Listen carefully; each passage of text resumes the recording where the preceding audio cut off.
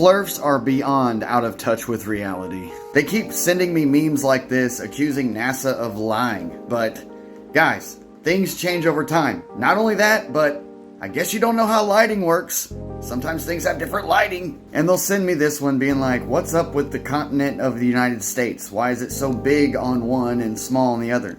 But guys, high and low tides, visual effects, have you heard of it? It's called perspective and focal length. My buddy David, he's really smart. He's a visual effects pro, and he made his nose get bigger. So until you learn how to trust the experts, I don't want to hear it. And quit telling me that the rest of the continents would not fit on the other side of that ball. You need to go talk to Globy McGlobeface. He will teach you about perspective. And Flurfs, stop reminding me every 5 minutes that NASA is the #1 purchaser of helium. It is not for satelloons, as you say. It's to cool down their rockets. And each time you Flurfs say that you don't believe in satellites, I say, well, how do you think you get your internet? And then you guys always bring this up. Loon. But they discontinued this. There are satelloons, but look, they get inflated with gas after they've been sent to orbit.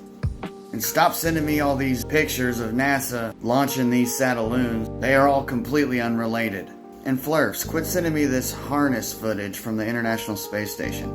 He's not on a harness. He is wearing an antenna, and it just so happens to be pointing straight up, where a wire would be.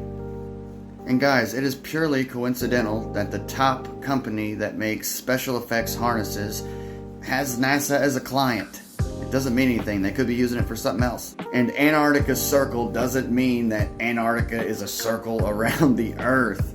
Look, there's a circle right here around it. It's the South Pole, you guys. And yeah, it's got dome in a lot of the region names, and it looks like Admiral Byrd named it. But just because his diary has that weird flat earth map with the circle around it doesn't mean anything. And just because he headed up Operation High Jump in 1946 and 47, jumping over the 300-foot ice wall, that doesn't mean anything. And just because he headed up Operation Deep Freeze in 1956, going further into Antarctica to explore, that doesn't mean anything. And just because Admiral Byrd passed away a year later, and then NASA was established a year after that, that doesn't mean anything either. This is what gets me the most about flat earthers, is just because that this was called Operation Fishbowl and it was NASA's first real order of business and it was sending rockets straight up, they were just nuclear tests, guys. And they think that just because Operation Fishbowl was a part of Operation Dominic, and Dominic means of the Lord, they think it's Fishbowl of the Lord, like the firmament they call it, or the dome above the flat earth. And flat earthers think it's strange that Werner von Braun, the king of rocketry, was hanging out with the king of animation, Walt Disney, right around this time. Like, why is that weird? Famous people, successful people, they hang out together all the time. They think the Operation Fishbowl footage looks like rockets hitting a dome. Flat earthers will come up with anything to help them with their anecdotal nonsense. They think this looks like a rocket hitting a flat surface. I guess I can kind of see where you get it, but it's still a reach. And they think that that blue stuff coming off is like when rockets scrape against it. They clearly don't know anything about science. They think that this is scraping against the firmament and all this blue, watery. I mean, I guess it kind of looks like a bullet hitting ballistics gel, but still a reach, guys. And they think Werner von Braun left a clue on his headstone. They think he leaves this big clue on his tombstone. It's a fairy tale book, for one. And he leaves on this verse just because it says the dome of the sky speaks the work of his hands. That doesn't mean anything. And they think his involvement with Walt Disney, the animator, is such a big deal. But NASA's always involved with animators. I mean, John Knoll, he has all of the secondhand footage from the moon landings. He's like the only person who has all of it. And he's huge in the animation world. See, doesn't mean anything. Look, I trust the experts. I trust NASA, and I trust all of the theoretical astrophysicists that actually have PhDs behind their names.